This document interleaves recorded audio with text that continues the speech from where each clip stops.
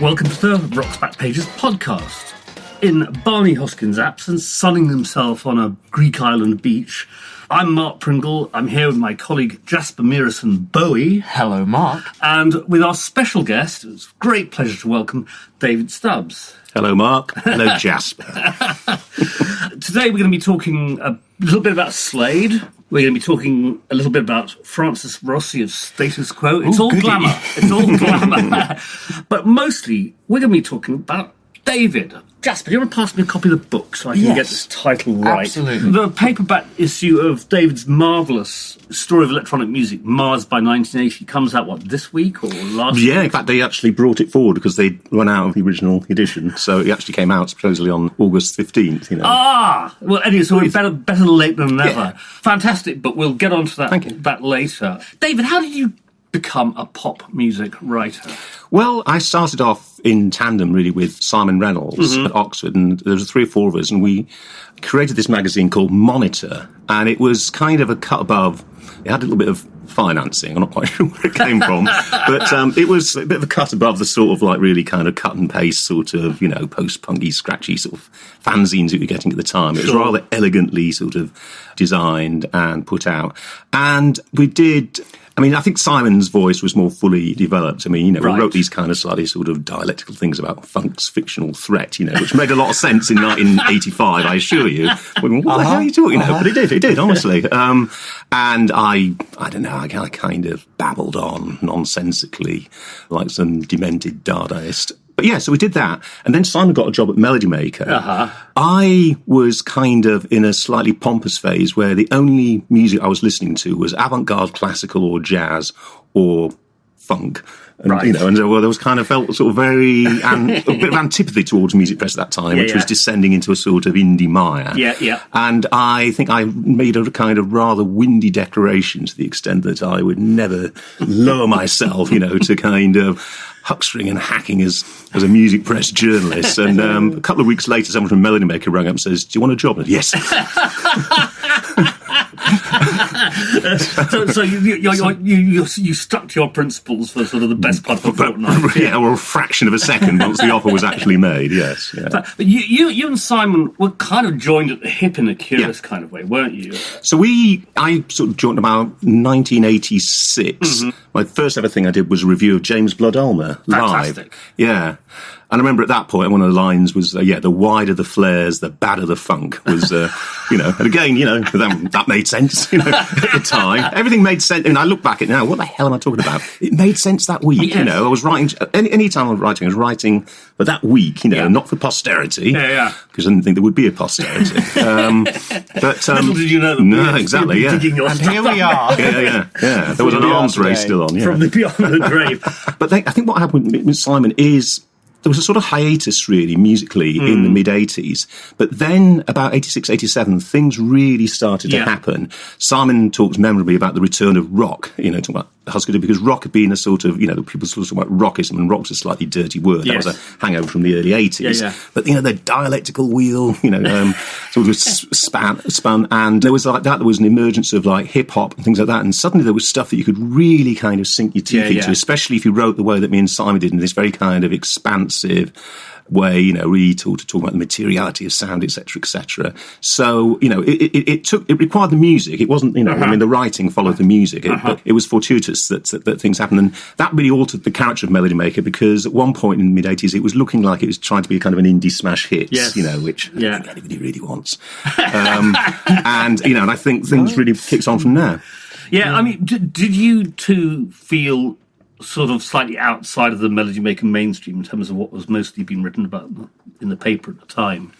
Yeah, but that didn't last very long, and I think we kind of took over. But with the sort of equal commission of people like Steve Sutherland and Alan Jones, they were very happy. They were very happy for us to do that, and I think it just required that reinfusion of energy. But I think I can reasonably say that you were part of the renaissance of the Melody Maker insofar as the enemy had been brooding the roost, and there's a real sense by the late 80s, early 90s, is that the Melody Maker's really on the upswing.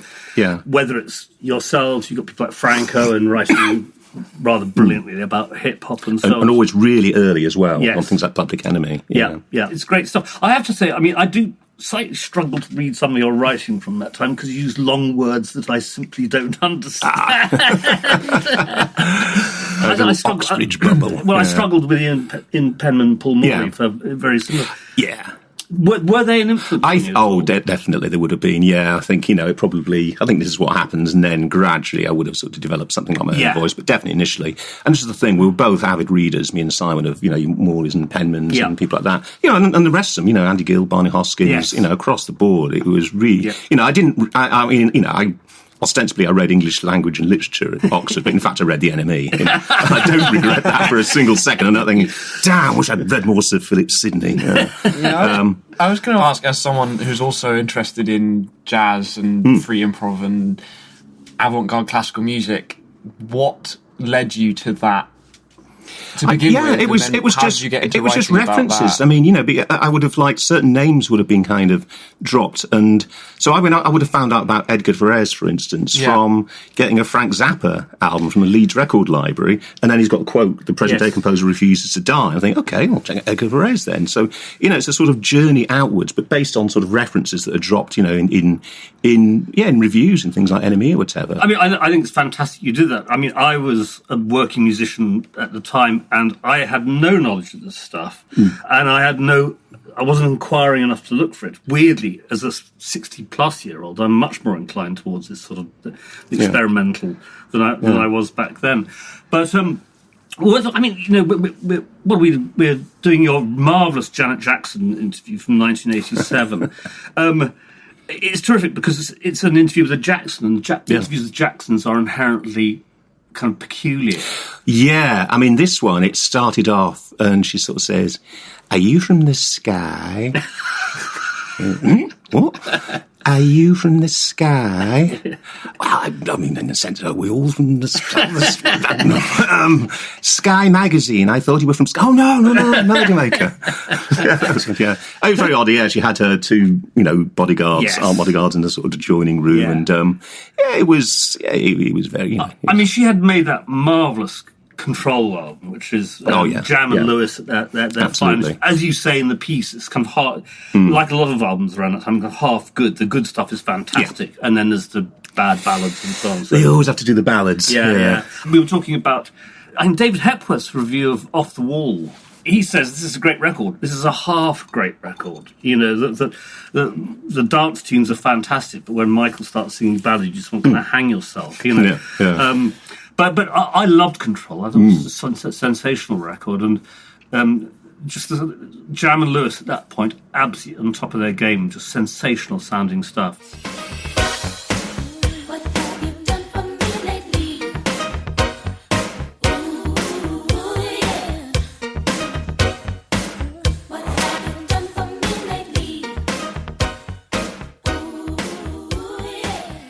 I mean, I'll briefly mention the fact that you were fantastically rude about my old band, which is something that we've rather reversed our take on this. Is that I read your reviews of my old band and think he was absolutely right. Well, you're sort of being... Oh, no, I've seen the stuff now. Yeah, you look jolly good, really, It is, I think the thing is now I say, look, it is what it is, and that wasn't my philosophy at the time. I was very Stalinist. So, it was just before you read this extract, Mark, describe in your words your old band. Oh, we were an old-fashioned soul band. This is the thing, is that we were exactly what you said we were. We were deeply reactionary.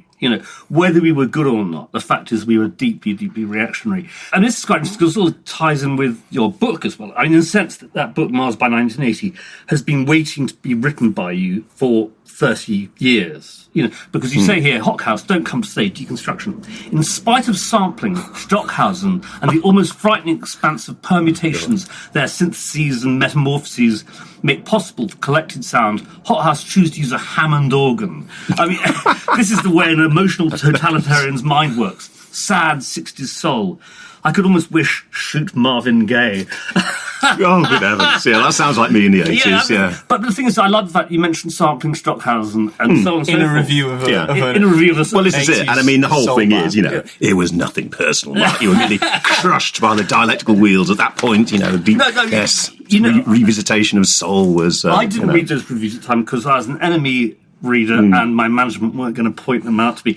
You actually reviewed that single twice, the second time a year later. I forgot, yeah, that did happen now and again. But the thing is, actually, I was always quite relaxed about bad reviews. There's only one that really got to me, which is a live review in Record Mirror, where they said that I looked like Rodney Bewes. For those who don't know, Rodney Bewes is a character in a 1980s British TV sitcom. Or 70s, in fact. 70s. Yeah. That hurt. Yeah. But you know, for example, Caroline Sullivan was fairly rude about us in a live review, and I read it at the time and thought, you know what, she may well be right.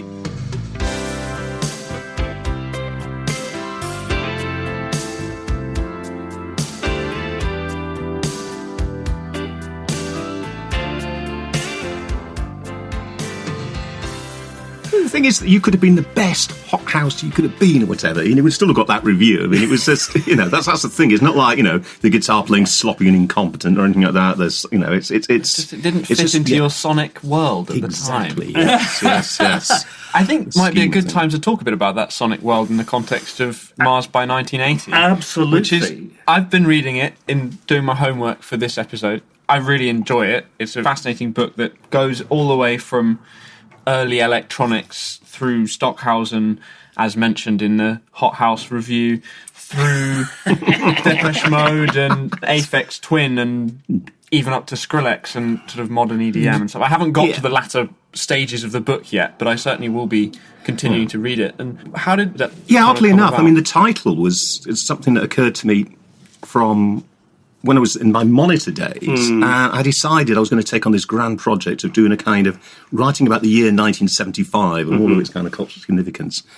So I went to the Bodleian Library in Oxford, which you can get absolutely everything. And the first thing I did was call up a load of bound issues of The Sun from that year to try and take the cultural temperature of Britain in that point. And it was, after a while, I realised that this was a bit too much like hard work, this project, so I abandoned it. But when I did look through these things, I noticed there was a recurring series of stories about the next space mission. Yes. So the Apollo mission just finished about 3 years later, in 1972. Yeah. But, they were talking about, like how we're going to, it wasn't like if, frontier. it was when. And it was going to be Mars, and it was going to be around about the year 1980.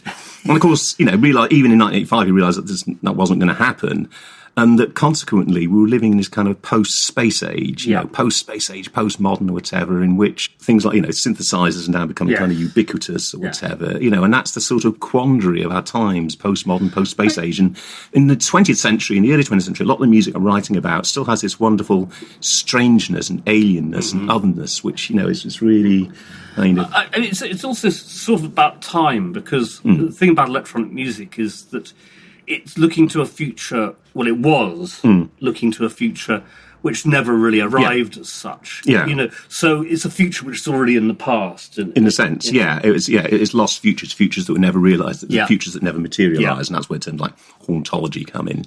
And that's, there's a sort of corollary with that, with the kind of ideals of the 20th century. I mean, people like Stockhausen and Rez, and even people like Russello, the Italian futurist, fascist as well, unfortunately. But they had in common this idea that humankind, thanks to the sort of emerging technologies, could sort of exceed itself, in ways that are kind of, technology was proceeding at such a pace around the turn of the 19th, 20th century that, you think, well, anything is possible. You can have X-rays, bloody hell, you can have manned flight. That they were really sort of thinking in sort of really grand terms that we haven't even had jetpacks, so it's not really.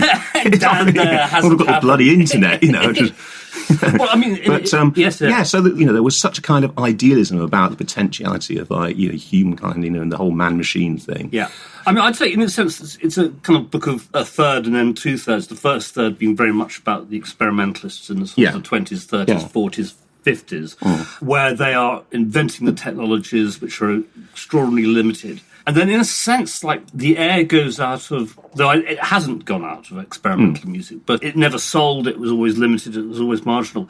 And so the second two-thirds is when electronics moves into pop music. Yeah. And what I found interesting about that section of the book is that, in a way, that two groups of people were the ones who pioneered it, were black Americans and white English people. Yeah. Of course, there are exceptions that prove the rule, suicide being one. Yeah. Still Rapples, so I think you give rather short Yeah, I do to. really, to be honest. I should have got a bit more with them. Pretty interesting.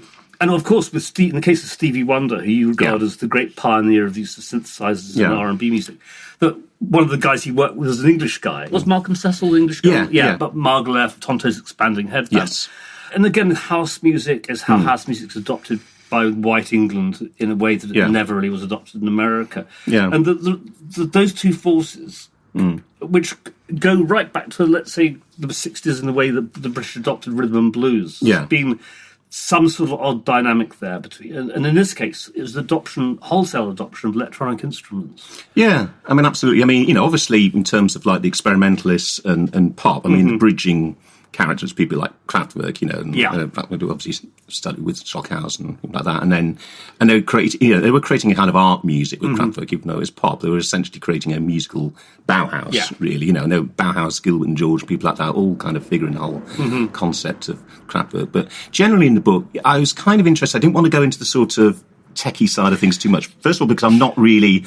I can barely even change a plug, the fuses on a plug or something like that. I have no techie aptitude whatsoever, and anything technical, I'm just copying out. I was really far more concerned from the point of view of consumer, the way that music is received in the world, why at certain points, electronic music is, Jasper expressed a certain disappointment in that. Well, so we were talking about this yesterday, Mark and I, and I sort of was wondering, not having finished the book, whether at any point you do talk a bit more about the technological side of it. A little bit. This is something, But I mean, I think your point and your reason for not going into that too deeply is a very good one, in the sense that you don't want to get bogged down in this sort of nerdy, techie side of it. Yeah. But I think, and this is something, because I'm a sort of synth head enthusiast, whatever you want to call it, nerd. A modular synthesizer. So I would have been interested in that side of it a bit more, but also from the perspective of I've been teaching some people a bit about synthesis from an analog perspective, the very basics. And I think there is a way of talking about that does make it very engaging and actually adds a new dimension to the experience of the music. Maybe in the next edition, and the revolution. Boffin or somebody else writes a supplementary book, because it's a book that merits obviously an approach from different angles, and certainly we'll talk about the implications of analog and people returning to analog, and why they're returning to analog, and the tactile aspects. It really gets into the idea of the synthesizer as an instrument with its own distinct character and texture, rather than trying to recreate another sound, because that's what early synthesis was, as you talk about, often trying to do, is create a sound that already exists in the world. I would say then it shifted into a new sound. I would say that, though, reached its zenith quite late on, which is in the late 80s, when Yamaha released the DX7 keyboard, which was virtually impossible to program because it was such an arcane, this FM synthesis was such an arcane mechanism. And it did kind of reproduce real instruments. You had an electric piano, which was kind of like a Rhodes, and you heard it over every rhythm and blues record in that sort of period. Yeah. And so the return to analog, which is very much a hot thing these days, is it's simply because you can manipulate it. You can play with this instrument. Interestingly, also, even FM synthesis is now experiencing more of a revival and more creative usage, because computers allow you to program them, because user interfaces have got so much better than they were in the days of the DX7. Yeah. You can use FM synthesis in ways that create totally new sounds. Like, there's a producer called Fote. I don't know whether he uses... We were listening to... I mentioned him because we were listening to him... Fote. And I think he's brilliant, and he makes a lot of sounds that you just wouldn't have heard. You couldn't have heard.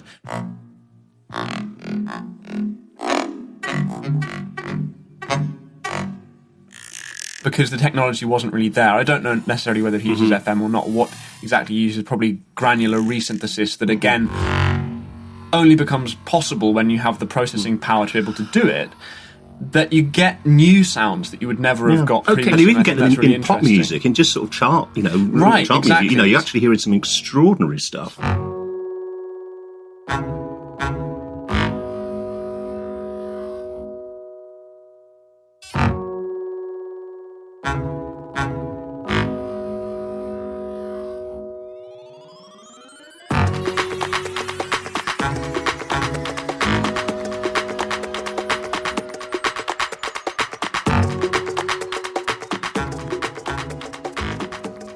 Hugely influential. Dubstep and future bass have been massively influential on... And even stuff that like, ultimately is a bit, and then the vocalist comes in and it's all some shit about going on holiday or whatever, But even so, quite often the actual production sometimes is extraordinary. Yeah, That is absolutely. I mean, the one thing about electronic instruments, electronic music, is that if you hear someone playing a violin, playing a piano, playing guitar, they can create an identifiable style and method which you can recognise over and over again, in a way that you have to look upon electronic music differently, in that it's not about the way you impose your means of playing on an instrument which is instantly recognisable.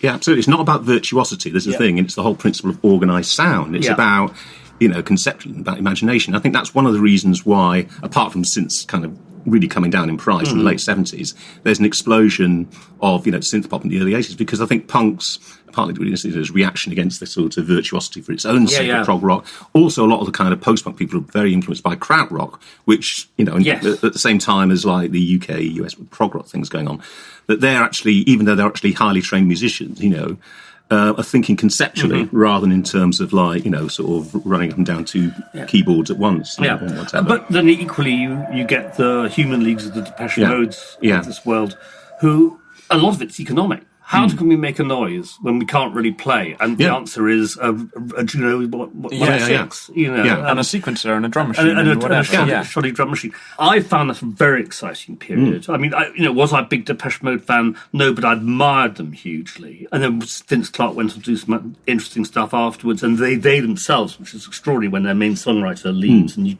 talk about this in the book, they regroup and actually become massive. I was in Los Angeles in 1988, and they were about to play something like Dodgers Stadium or something. It was like, how the hell did that happen? This is the thing. In the book, I talk about a memorable line I remember by Paul Morley, in which he talks about hard groups like Depeche Mode. He wrote that in the early 80s, and it was clearly a wind-up of all the kind of new wave of British. What do you mean hard? Tigers of Pantang, that's hard. Them Doylums, them fluffy little buffs, That was obviously, what he was meant to, that was in inside. But in a sense, Depeche Mode were hard, and was hard insofar as it's endured, because it's as an approach to pop music making. It's absolutely sound or whatever, and endure a lot longer than the Tigers of Pantang.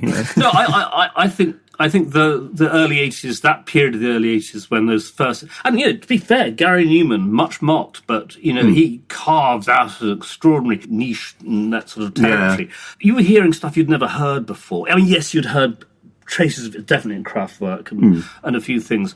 But also, these were kids who also wanted to make pop records. So they were writing the clearest, most melodic pop tunes, but constructing them on a completely different sort of set of things. Very interesting time.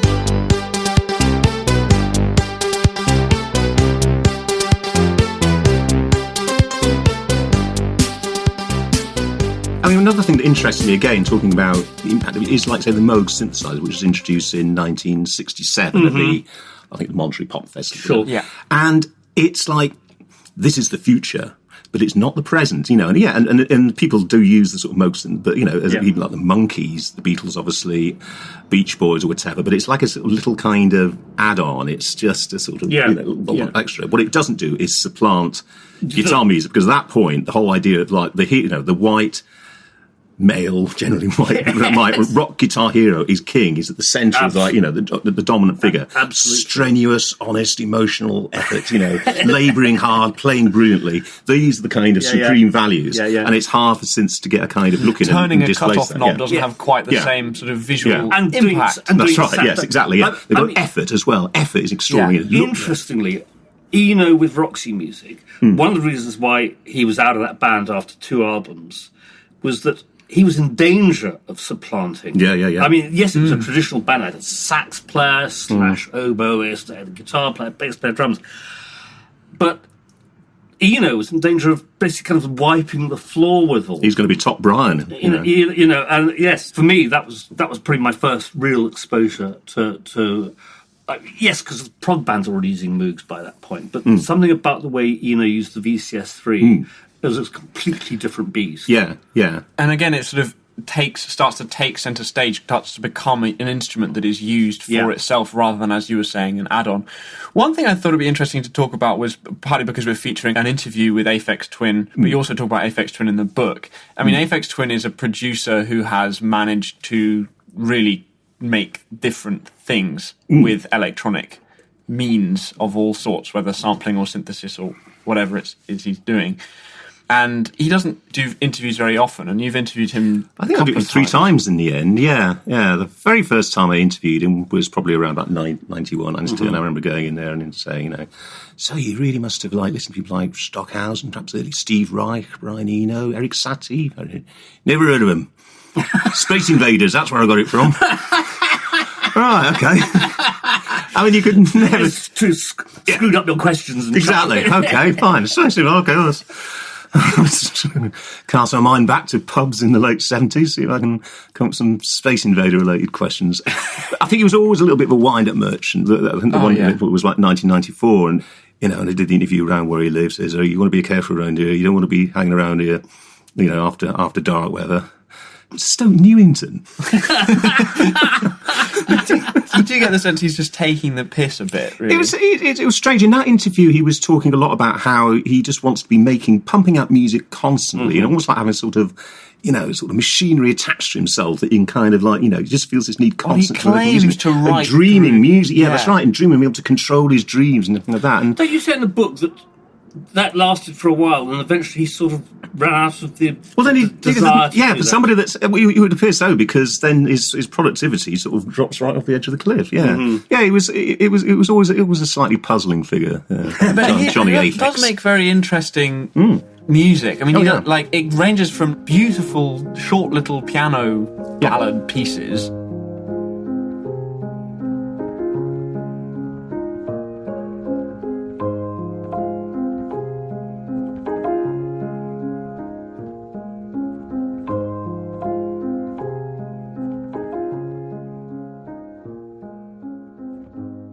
to just really hard to listen to noises. Come on, you cunt, let's have some Aphex acid!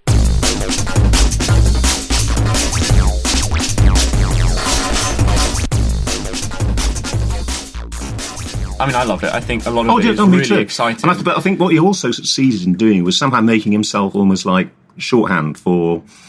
electronic music in the 90s in a way, which is obviously, not really supposed to be about faces and characters, but merely about the dissemination of beats, etc., etc. Yeah. And you just get the sense that he's managed to do that despite the fact that he just couldn't care less what anybody really thinks. He almost doesn't like when people like his music. He's just sort of doing it because he has to. There's this, as you said, there's this urge, this drive to make stuff, and that's how it ends up being so... I mean, one of the other pieces we're running of yours as Writer of the Week this week is an interview with DJ Shadow, and at which point we move on to sampling as a specific sort of tool. Were you a fan? Are you a fan? Oh, definitely, yeah. And also at that point it was a kind of, alternative, the sort of hegemony of like the retrograde mania of Britpop, etc., etc. Yeah. I mean, later on, not unfortunately on this interview, the one Derrida quote I can understand is where he says, there are no books, only other books. In other words, everything. And I always think with DJ Shadow, something there's no music, only other music. That everything is now an assemblage of what's gone before. I mean, in a sense, that's both the wonderful advantage, also the huge disadvantage of sampling to technology. DJ Shadow is one of the greatest crate diggers in history. I mean, notorious. But how much can just simply assembling pre-recorded elements and chopping them, changing them, moving around, it's sort of... I feel people end up chasing their tails a bit with that. Well, possibly. I mean, it's. I suppose sometimes there is that kind of. I mean, for me, one of the worst things about sampling was that it seemed to imply that there's nothing new under the sun, and quite often it's like referencing the past with a sort of inferiority complex. And it's James Brown, Led Zeppelin. Those are really great days where everything's just a pale shadow of all of that. Which is why I was a big fan of the group The Young Gods, because I always thought they launched us into postmodern terrain, because the samples that they used, they seemed to create a sort of fire, the way they did it, and they managed to use sampling in a way that felt very elemental and original. I mean, I would argue the same about people like Public Enemy. Yeah, this is it. They use things in a really incendiary way. If you think about Rebel Without Pause, isn't it? You know, with the kind of like that rising sort of kettles boiling type sound.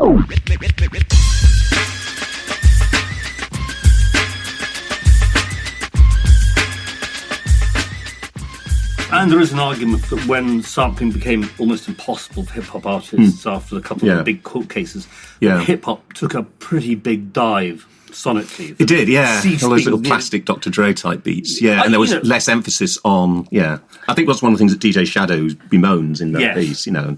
I wasn't really a fan of the turn that mainstream hip-hop took. What I also like about sampling in hip-hop is that if you look at where hip-hop is at the moment and a lot of the influences that it gets and it has on other forms of music like jazz, is that sampling has sort of encouraged this view outside of itself, outside of hip-hop. And if you look at someone like Kendrick Lamar, you know, he's using a lot of jazz sounds. He's almost like creating his own samples for use on his records by working with live musicians and then reusing those recordings in a sampling. Reactionary to me. It absolutely isn't, though, because it's trying to harness that revolutionary thing about jazz and like sounds that are familiar, but that you can repurpose in a political sense, which is what Kendrick does. Sure. I mean, I think probably the first time I was aware of samples, I'm sure they've been used a lot in hip-hop before, but there's probably No Sellout, the Malcolm X No Sellout single, which I found electrifying. And also it had the crudest drum machine groove, which in itself was kind of oddly electrifying.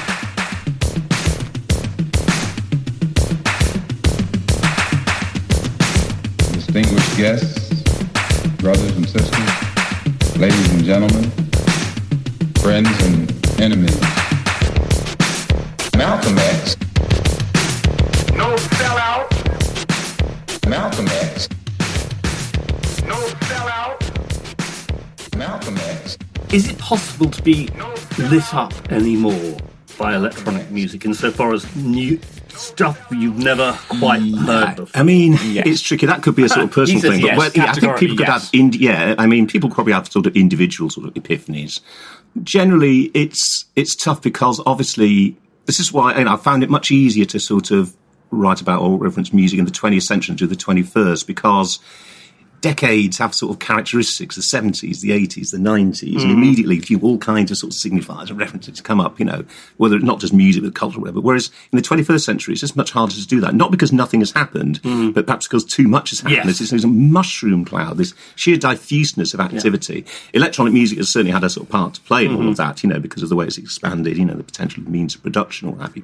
And I suppose it depends. I mean, if you're just, I don't know, super saturated in sound and history like someone like myself, it is actually hard to get that sense of the otherness and weirdness of electronic music. I get, for instance, listen to Per Ubu for the first time and Alan Ravenstein, the way he used like synths as this sort of abstract brainwaves running through what's otherwise... I would say that Afro-Caribbean, British black music has succeeded in doing that, but not for us. You know, grime and so on and so forth and its predecessors and the things coming out after it are very, almost with what we're talking about, the people in the Depeche Modes in the early 1980s using the basic stuff they had available. Well, now these kids living wherever they're living they've got a laptop, but no sort of set idea about how music should sound. So you get really extraordinarily jarring sort of things. Now, frequently very ugly to my ears, but that's the one area I feel an energy coming out of in terms of the use of electronics, the use of electronic sound. Another great thing for me about electronic music is that there's a lot of, and traditionally been a lot of women involved as well, you know, as pioneers and people like that. And my theory about that is because, as opposed to rock with the guitar, the kind of sensory, it's kind of gendered. And electronic music is more open, it's less gendered, and I think there's a potential in electronic music as well, you know, with like vocal autotuning and tweaking or whatever, to become rather than merely be whatever, you know, and so you can have sort of representations of gender fluidity or whatever. And I mean, you celebrate Daphne Oram and Delia Derbyshire in your book, and I think for both you and I, our very first exposure to electronic music was the Doctor Who theme tune. Yeah, without even knowing that it was her. I mean, I remember reading the credits and it said like theme music by Ron Grainer. I thought, the same guy that did the Steptoe and Son theme. He's versatile. He goes all places. It was extraordinary. I mean, as a small child, hearing that music, and it was otherworldly. It was.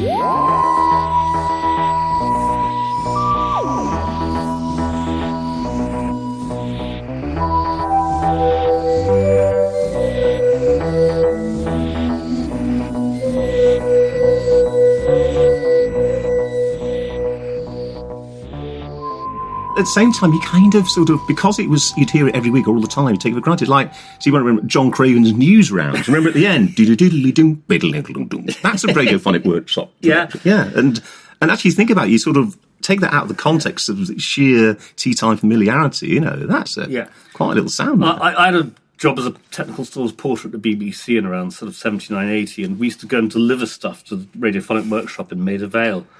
And they wore lab coats. That's brilliant. All the people working there wore lab coats. They weren't musicians. They didn't really. It's almost like, I think they kind of internalised that, especially people like Delia Derbyshire. And of course, there was a lot of condescension from other departments. They just saw them as the sound effects people, the equivalent of people that hold up one of those sheets, to shaking things and stepping on things. That's right. Yeah.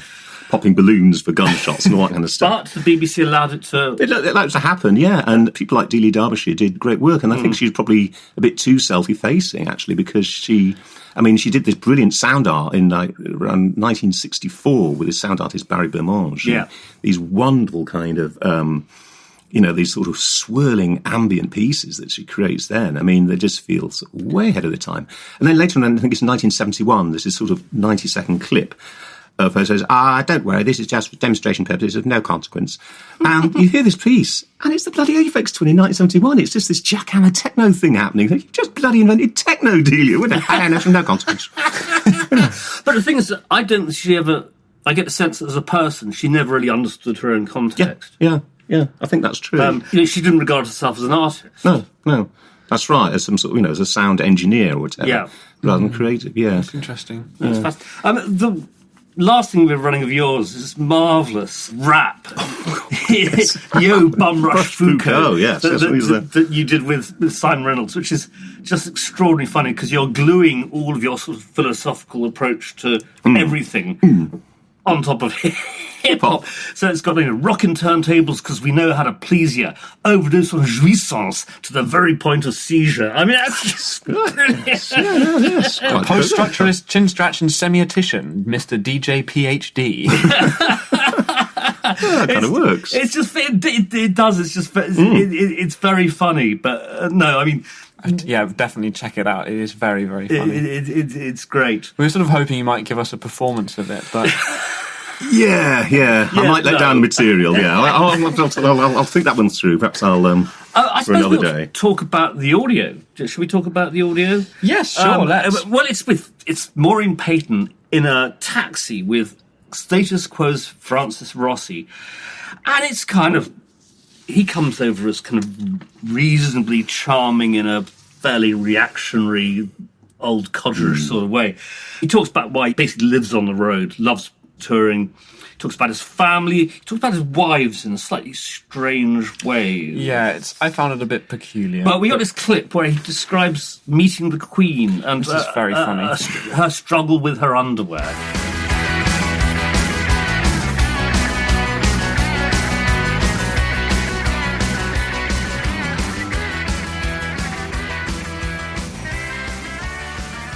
When you met the Queen, by then you'd auctioned off your ponytails. Yeah. Was it quite nerve-wracking meeting the Queen? Or No, I've done that. We've done that a few times. We did something for her once in Berlin, I think, was to give mission to the troops.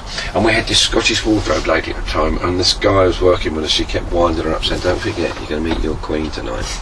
She's not my fucking Queen.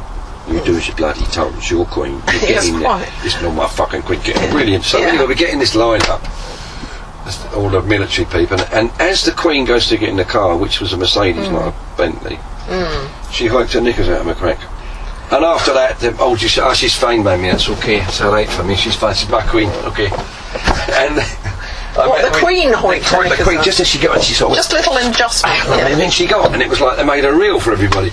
And I think she's wonderful, whether you're a royalist or not. Queenie, Queenie, Queenie, won't you come among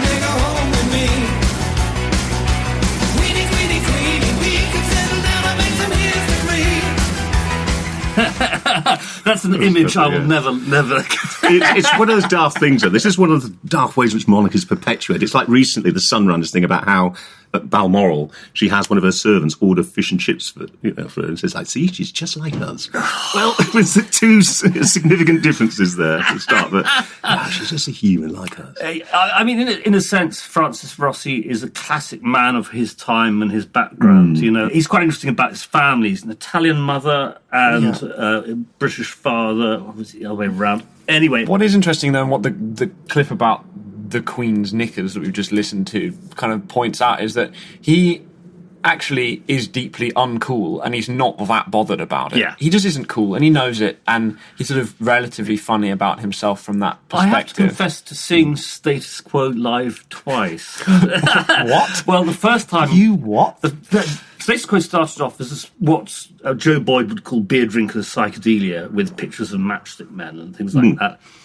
And I saw them bottom of the bill supporting Lynn Russell at the Albert Hall in 71, and they were just in the process of reinventing themselves as a boogie band. I was tripping on fairly strong acid at the time. It all sounded good. I just remember them bouncing up and down on the stage under these lights going dum da dum da dum da dum.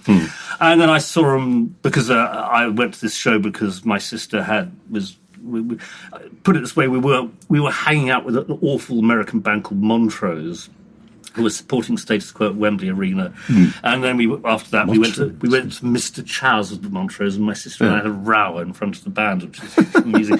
But so I have seen Status Quo live twice. A ghastly band, really. Oh yeah, but I'll tell you what. There's one thing that I discovered fairly early on as a music journalist, is that I became deeply disappointed with the interview experience. I thought it would be a much more, I thought we've interviewed people like musicians I really like, that, be a really kind of healthy, sort of articulate exchange of whatever, But, quite often I think it was perhaps the era that I was in, it was coming into sort of My Bloody Valentine, and it was just very sullen and passive-aggressive quite often with these little indie bands, and it was just like anything you say might be taken down and used as evidence against you, etc., etc. You interview the metal people, the people whose music I hated, as a sort of good enemy reading boy of the early 80s, whatever. Well, it was quite, Ozzy Osbourne, Kiss, and it was just like, actually go out and interview these people. And it was like, bless you. As they were talking, you're giving us exactly what you could see the piece, kind of like self-assembling wallpaper, the columns lining up. Yes, thank you. This is what we need. You understand. We need good copy, good entertaining copies. That was... whereas, some of the other people, I didn't even have bless him, but Jay Mascis, pulling teeth doesn't really do justice to either pulling or teeth. It was just desperately kind of monosyllabic. And I think that's kind of great, actually. I mean, I do like that. I mean, also metal as a genre is one that, every now and again I will stick my toe into that genre. Yeah, absolutely. Though, of course, Quo weren't a metal band per se. Yeah. I mean, the other band who are featured on the site this week are Slade. Did you have any strong feelings about Slade? I love Slade. Oh, yeah, Slade were my band, definitely. Yeah, in the 70s as a kid. And, I really took it to heart. Like chart placings, people like Sweet and Slade, they were my people. I remember the devastation one week where Dawn held off, I can't remember who it was, either it was Sweet or Slade, like number 2. And to me, that was like Arsenal losing. I was devastated. I really took chart placings to heart at that point. I think that Slade were interesting. My first memory of them, I'm a little bit older than you, is them as a skinhead band. They briefly had this sort of image as a skinhead band. And then they re-emerged with this extraordinary thing, way pre-Prince, of butchering the English language in their song titles. Noise, yeah. But there was something enormously endearing about them. We got a Lester Bangs interview with them. Lester Bangs goes to Liverpool to meet Slade, which is from 73, from Let It Rock. And Phil Simons meets them in 71, which had pre-glam, before they'd sort of done the... I guess they were probably still a skinhead band in 71. And Rob Chapman looks back later. I mean, it's very hard to be rude about Slade. I'm talking about the royal family. They've almost become a sort of that, in terms of British pop, Yeah, really? you can't really lambast Slade. I mean, all right, around the time of Get Down and Get With It in the late 70s, they perhaps weren't quite down and with it, but generally... neither down nor with it. Yeah, I also hear that Noddy Holder is an absolute sweetheart. That people say Dave Hill's a bit of a pain and so on and so forth. Noddy Holder... Oh, it's great, he turns up to Keith Altham's pluckers and strummers and writers lunches, and everyone just loves him. He's just a thoroughly. I interviewed Noddy Holder on his 50th birthday, oddly enough, as part. He just happened to be doing a kind of round. He was in some TV show at the time, and and they just did it, and he just says, "What's it like being 50? Grand old age." It's just so bad. You just say what you want, and this is great. I'm turning 57 next week. I'm looking forward to all of that. I'm not quite sure I can say what I want and get away with it.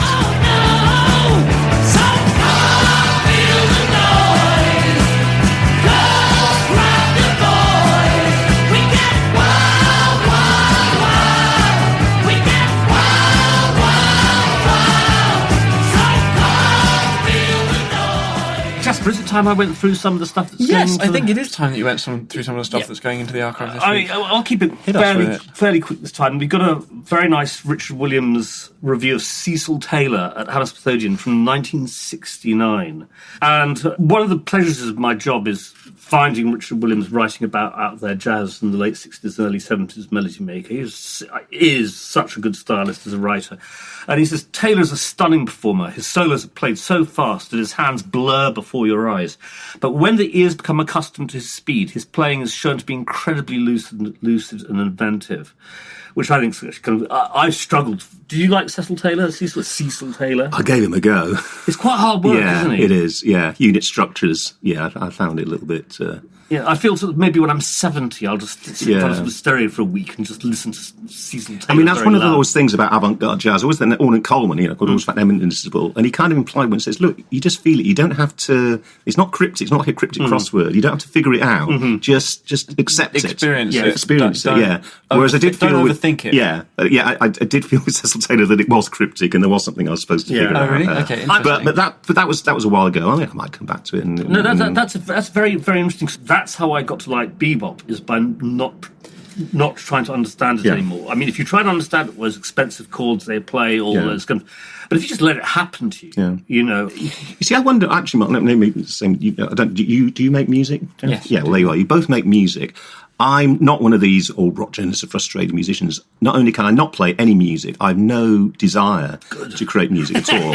I speak entirely, and I think entirely consumer. I think that probably when you listen to music, you probably can't help, as music makers, in perhaps listening to it and hearing things and wincing at things or whatever, or appreciating certain things. I don't, and I experience it purely as a consumer on the other side of the world. I would have said yes, that was me. I'd say far less now. That actually, in my old age, I've decided that actually that gets in the way of the actual pleasure of experiencing it. So, for example, if I see someone with a pile of electronics on a table at one of, let's say, Richard Sanderson's gigs that you and I go to, I'm not interested in what those boxes are. Yeah. I just want to experience the sound that's coming out. I actually think there's room for both. I think you can have the sort of first order appreciation of experiencing the music as, just its sort of phenomenological content that you get to listen to. Yeah. And then there's a sort of second order, more analytical side of like, how did that happen? How are those sounds made? Yeah.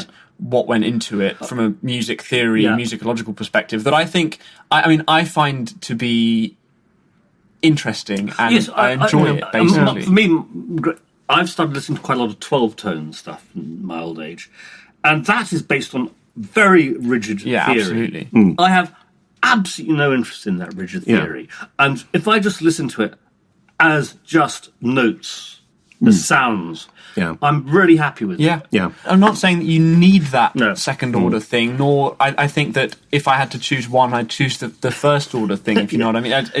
You can't, I don't think you can get real pleasure from the analytical side of thing in the same sort of immediate sense. But what I do like about it is just that it's a sort of interesting intellectual pursuit. Basically, it's fun to me to think about, and not from a perspective of I need to understand this to enjoy it. Just from a perspective of, I'm curious. It's of interest. Well, there's definitely no right and wrong or superior and inferior about any of this. No. It's different. 1970 disc, Al Green interview by Phil Simons. Now, this is great stuff, getting an Al Green interview from 1970, because it's just him reaching his peak as an artist.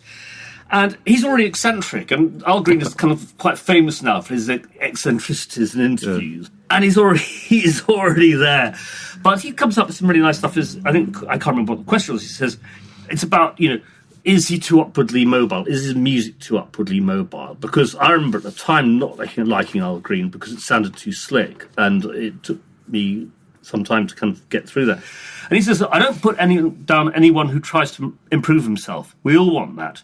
But you don't just leave the past behind. And so that's quite an interesting statement. You know, on the one hand, he's producing modern new soul music, but on the other hand, he is where he's from Arkansas, from Memphis, and so on and so forth. And Muddy Waters, to interview, of course, with a number of stiff drinks by Max Jones and Melody Maker. In the 1970s, I love Max Jones' stuff, and he's always talking about what I'm drinking. Muddy Waters is really interesting in this because he's just about, I think the album he did produced by Johnny Winter on Blue Sky, Hard Again, was just about to be released, which is actually a great Muddy Waters record, you know. But he's playing to white people. That's how he makes his money. I think he's struggling with that now. He says, I don't know why, but I'm busier than ever. Now I'm old, more people want to see me than when I was young. And apparently some backstage visitor comes in and starts asking him about, well, what about the white blues singers? And he says, no, the truth. What do you think about it? Do you think a white man can sing the blues like me? That's all. You know, I mean, he's a tough man, and rightly so. Fair enough, I was going to say, yeah. It's interesting about the point about them playing just to white audiences. I remember, like, with Public Enemy, seeing them in 1990 in Birmingham, and the audience was mostly black at that point. That was a time of Fear of a Black Planet. And then, like, later on, about 10, 15 years later, their audiences were almost all white. Yeah. And I think there was definitely a difference. Yeah. I mean, there's definitely a difference, and it goes back in a sense, we were talking about that kind of sort of Afrofuturism, stuff like in electronics. It's just like, I think that white audiences tend to be more invested in the past and like in more conservative and wistfully like sort of retrospective. Late 1980s soul band, I guess. Whereas I think there's much more of an emphasis on the future in black music, because if you're black, you're not thinking, weren't their 30s great? Weren't their 40s great? Weren't their 50s great? No, they were not. There were times of, like, you know, gross inequality, you know, lack of civil rights, etc., etc. The present ain't much to write about either, but the future, well, maybe there's something in the future. And I think there's always been, you know, without, I mean, even like sort of Grimes and Dubstep, even though they don't have the kind of fantastic cosmological visions of Sun Ra, nonetheless, it's always about, you know, the present, the future, pushing ahead. You know, there's much less. So, you know, there's much less sort of nostalgia. No, there's nothing to be nostalgic about. No. Well, I think that's absolutely right. And also, I think it's a particularly white English or British trait to obsess with the old black music sort of thing, you know. And black music has to reach a certain vintage before it can be, you know, And also, I mean, in a sense, you know, when I was in my 20s and 30s, I didn't understand modern black music a lot. I found I understood the older stuff, and the new stuff still jarred with me. And then 5 years later, that's what I'm listening to. And I think that's quite a common phenomenon, you know. Well, you know you can't spend what you ain't got. You can't lose what you ain't never had. Next piece from 1984 is January 84 from the San Francisco Chronicle. It's pretty riveting. The Beach Boys' Dennis Wilson had died about 2 weeks before, so this is meant to be an obituary. But actually, Joel Sullivan starts telling this story about how a couple of years before he had been in the studio with the Beach Boys, that Brian wasn't there, they were trying to record, it all got a bit tits up, the whole thing. So he gets a lift back to Dennis Wilson's place in his VW van, and Dennis sticks a tape of Deep Throat into his VCR and is kind of watching pornography. And then he says, me and Charlie, he said, seemingly out of nowhere, we founded the family. Now, the Charlie being Charlie Manson. And Dennis had never spoken to a journalist about his relationship with the Mansons before. The dread unspoken topic had been broached, as far as I know, for the first time with a reporter. He went on to describe the various delights and joys to be found in love between 5, 6, 7 or more people. Manson, he explained, had a gift for attracting young women into his lair. Ultimately, Wilson said, Manson turned strange. I guess he let the drugs get away with him, he said wistfully, as if Manson had let lunacy ruin all their happy fun and games. Few accounts of the Charles Manson case mention his involvement with the Beach Boys. That's not true. Although occasional references to Wilson's and Manson's sharing a house can be found. Manson once sold a song to the Beach Boys, Never Learn Not to Love, recorded on the group's 2020 album, with Dennis Wilson credited as author. However, Wilson and Manson parted company well before the notorious August 1969 Sharon Tate, Leon and Rosemary LaBianca killings. But on this night, the talk drifted on to other matters, and Wilson continued to replay over and over orgy scenes from Deep Throat on the huge television screen. I mean, this is a guy... Wilson's not sounding particularly well-adjusted there either. Absolutely. Anyway, it's pretty riveting. 1986, Paolo Hewitt, socialist Paolo Hewitt, interviewing Shirelle. I'm very fond of Shirelle, yeah. Great, you know. Saturday Love, isn't it? Yeah, you know, brilliant. again, Jam Lewis, yes, absolutely, yeah. And she's great, actually. She's, you know, she says, you know, she doesn't want songs to be personal. That's where I think it become a failure, when it gets too personal. I never want to sing songs that are based on me. The thing is that Jam and Lewis would maybe write stuff, but they always did it by hanging around with the artists they're writing for a week or two, or even 3 before they'd even start writing tunes. Interesting. And her attitude was men. You know, I get across to men as far as style and look, but they don't care if I ever sing them, really. You know, she's spiky and pretty cool, actually. Yeah. With all this.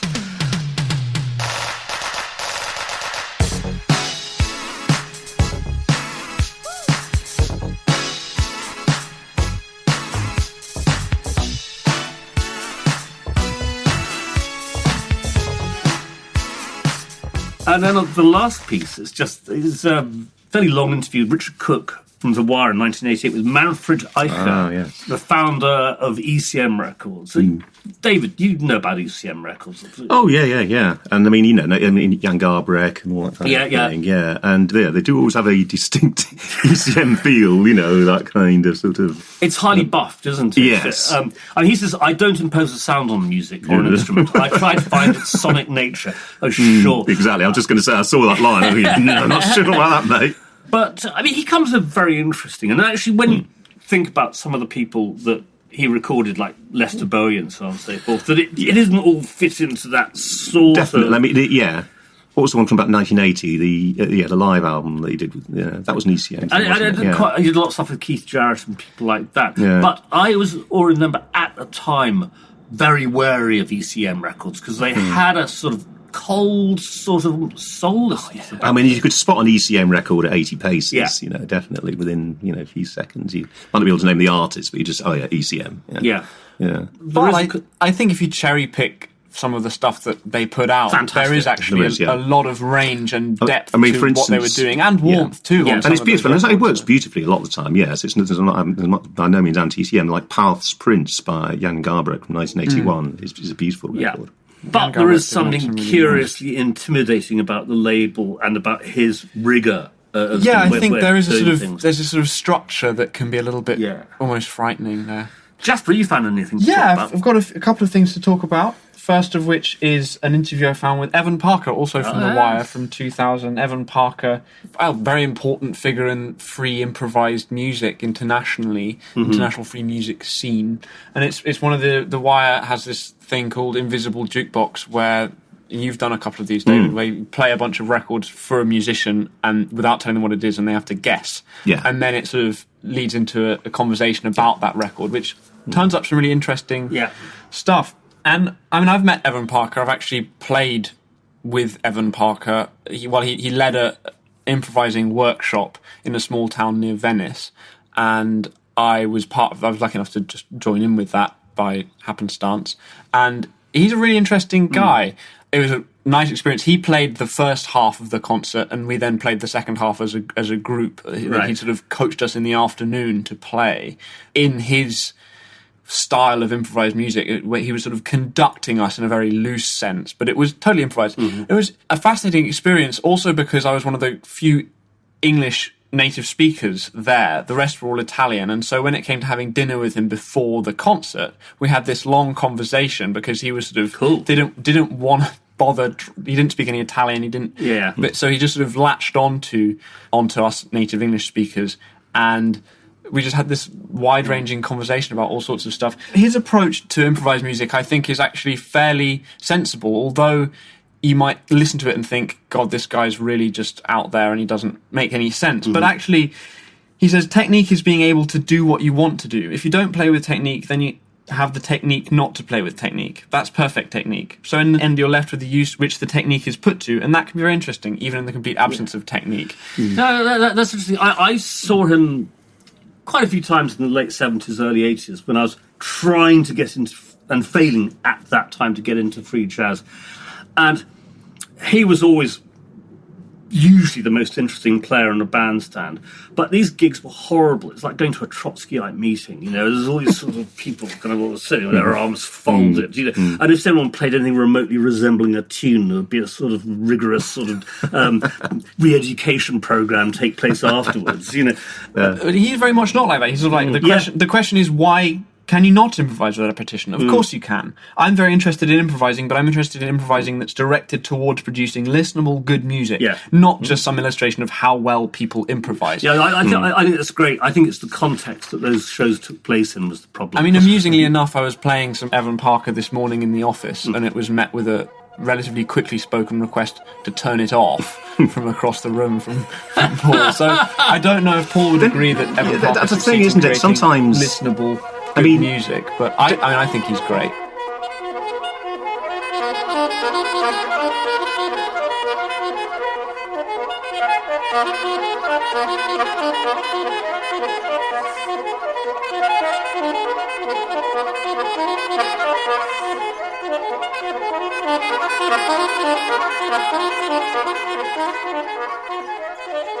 Derek Bailey, you know, was always very anti. You know, he had that quote about how, for him, improv, it was a bit like doing a jigsaw or whatever, where the end product for him is just banal. It might be, you know, like a sort of sunlit sort of Bavarian castle or something like that, you know, some grand image. And he just thought the end product is actually banal. It's all about the doing it. Yeah. And, it's the process. not about the end product. Process. Yeah. Derek was a very rigorous guy, though. I mean, you know, one wouldn't want to cross him. But he made this fabulous album quite late in life called Ballads, where he basically standards. He took jazz standards and then scrunched them up. And it's absolutely fantastic record. It can be electrifying, getting to witness that improvising process. Witnessing it seems really, really important. Yes. It seems it's one of the things you have to see it being done. I mean, David and I both go to these Sunday afternoons. That's where David and I first met, in fact. In Hither Green, our friend Richard Sanderson puts on, which is improvised music, which sometimes is rooted in jazz, more often than not rooted in things like post-punk or whatever, or just electronic noise. Yeah. And I've really come to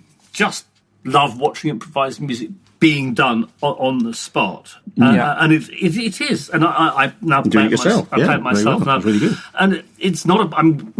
My trio we record our rehearsals, but it's never about the recording. It's actually it's about doing it. It's about the actual process of doing it. But I think it is interesting. There's rigour in a sense. There's a sort of.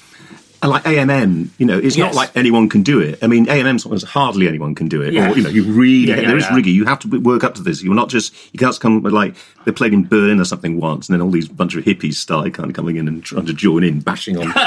Man says, no, that's not that. Stop it. You know, there is a certain rigor is involved, whether it's virtuosity exactly, but certainly... but definitely, you know, it's something that's kind of thought. You know, I think it's intention. You can't, just making a noise is utterly pointless. I hate jamming. I mean, you see it at some, you know, where you get like 5 or 6 free players jamming it. And it's horrible. Not directed at anything. It's you know, you have to think about what you're doing. Absolutely. You know. The next piece, it actually ties into all of this rather nicely, I think, which is something that we've talked a lot about.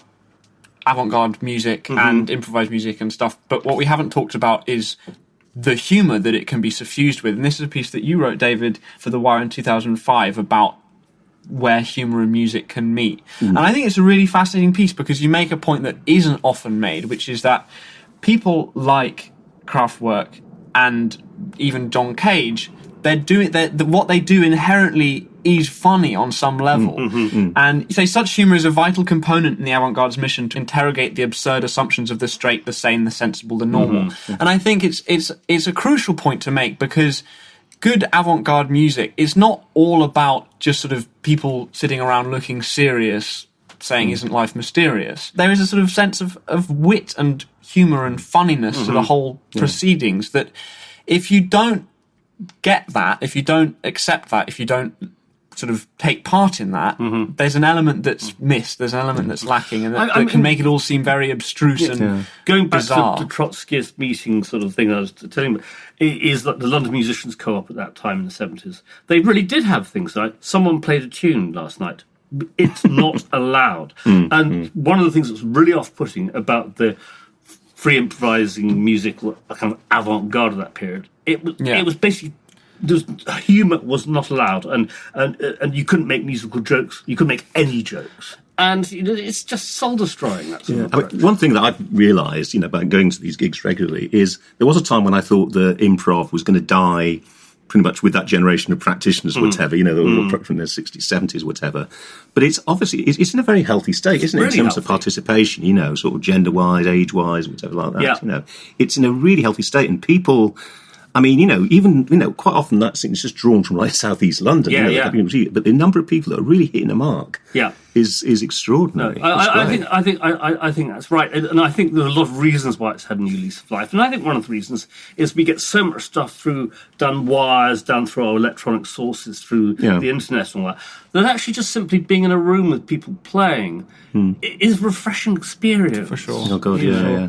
But the sort of slightly counterpoint to that is a point that you make, is that people still struggle with avant-garde music in a way that they don't necessarily with avant-garde visual art, painting specifically. Yeah. And this is, you wrote a whole book That's about right, this. Yeah. But I don't know whether this piece was, when did you write that book? Oh, I wrote the book in I think 2008. So this is sort of presaging that slightly, where you say abstract visual art is less prone to such attacks as Dada and futurist events and Stravinsky's Rite of Spring were even met with. Tate Modern is packed every weekend with people who gawp reverentially at avant-garde objets d'art, who know that to jeer at the supposed formlessness and mess of a Jackson Pollock would expose them as sort of ignorant Philistine lampooned in the Tony Hancock film The Rebel as long ago as 1960. Yet many of the same people would feel it's intellectually respectable to deride Stockhausen as random anti-musical bleeps and bloops. It's a very interesting that's the germ point. of that book. It is still the case, and it's an odd thing that people are somehow made uncomfortable by a lot of avant-garde music. I think, and they don't want to engage with it because the general feeling is not the same one as it is with avant-garde. I mean, the Tate Modern painting is not just one of the biggest sort of art galleries, one of the biggest tourist attractions, full stop, in Europe. It's extraordinary. And it's dedicated to non-representative, non-figurative, abstract art, whatever. And there's very, very little sort of sound. There's very little of sort of sound art or sound as a component there. But that's something that's changing. I think there's much, much more of a kind of merging now between the avant-garde of like music and art. And film is another interesting one on that front. Few, but I do think there's an interesting difference with film and music as compared to just a painting, in the sense that a painting you can look at and you can choose how long you look at it for. Yes. That's one of the things I want to make when we get the duration factor. Yeah. So you're in the Rothko room, you could sort of spend 10 minutes in there.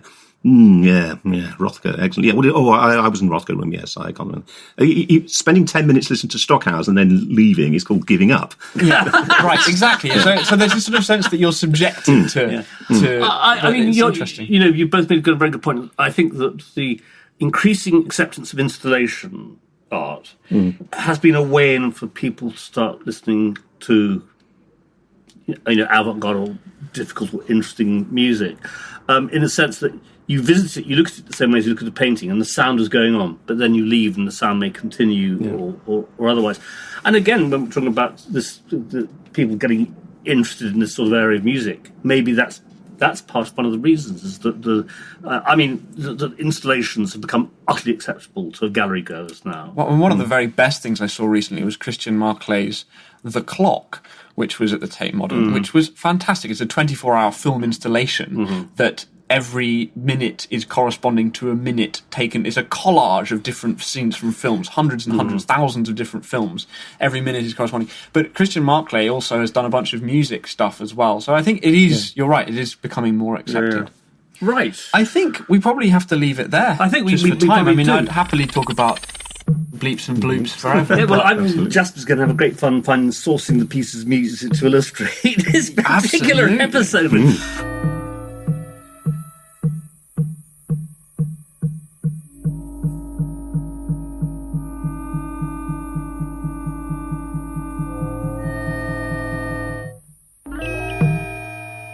David, thank you so much for coming in. Thank you very much. It's been a privilege. It's been a real pleasure. Thank Absolutely you. brilliant.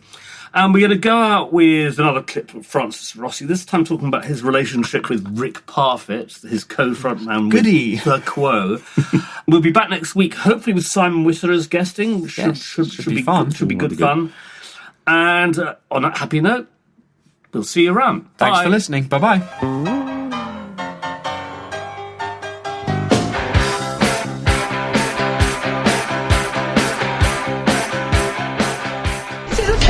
Rick, I mean, you're best friends really all these years, but you don't see each other when you're not touring, not working we're very. together. The other thing too is we've known each other that long. Yeah. People say it's like a marriage and all that, and I said, yeah. And then I realised it is, because I spent more time with Rick than I've done with either girlfriends, wives, or anything, or children. And generally, people are doing stuff today now. How's your relationship with Rick? Well, how's your relationship with your husband? You say to me, well, yes. If I ask you that in 6 months, it's fine, yeah. I keep asking you for 30 years, you start going, I don't know, there might be a problem. The fact you don't have to think about it is a good sign. We get on quite well. There are times we don't talk to each other, we don't fight, which is quite good. Most duos of this sort will be whacking each other by now. Here we are, and here we are, and here we go. Water born, and we're hitting the road, here we go. Rocking all over the world. That was Francis Rossi of Status Quo in conversation with Maureen Payton in 2010, concluding this week's Rock's Backpages podcast. Many thanks to special guest David Stubbs. The paperback edition of Mars by 1980, The Story of Electronic Music, is published by Faber and out now. The host was Mark Pringle, and it was co-hosted and produced by Jasper Murison-Bowie. You can find thousands of articles, as well as hundreds of full-length audio interviews at rocksbackpages.com. And that's all for this episode. See you again next week. Bye-bye.